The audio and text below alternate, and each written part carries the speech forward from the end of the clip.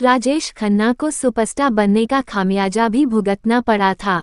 लगातार फिल्में करने से राजेश बुरी तरह थक रहे थे।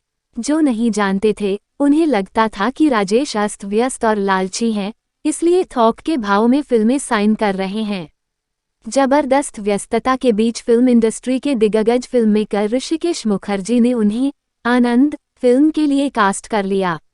अपनी आदत के मुताबिक राजेश उन्हें मना नहीं कर पाए।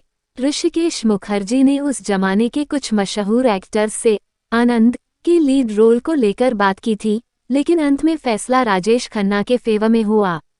अपने अनुशासन के लिए मशहूर ऋषिकेश फिल्म की शूटिंग जल्द से जल्द पूरी करना चाहते थे, लेकिन राजेश के पास तो स्क्रिप्ट पढ़ने तक का वक्त नहीं था।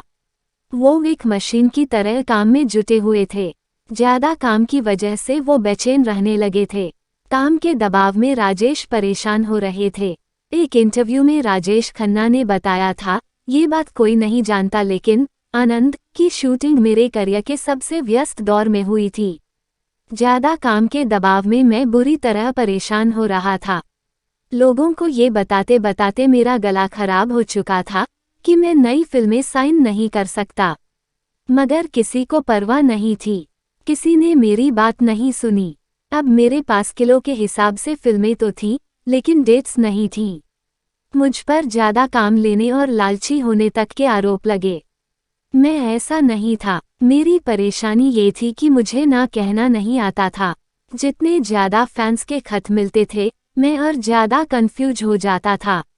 ये अजीब बात है, लेकिन एक एक्टर का संघर्ष उसकी कामयाबी के बाद शुरू होता है, क्योंकि उससे उम्मीदें बहुत बढ़ जाती हैं।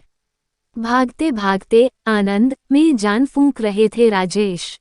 आनंद फिल्म के एक्टर रमेश देव ने बताया था, शूटिंग के दौरान राजेश खन्ना को गीत के बोल याद नहीं रहते थे, इसलिए एक प्रॉम्प्टर उन्हें बोल याद करने के लिए बैठाया जाता था। वो हर लाइन सुनते और फिर अपने होठ हिलाते थे।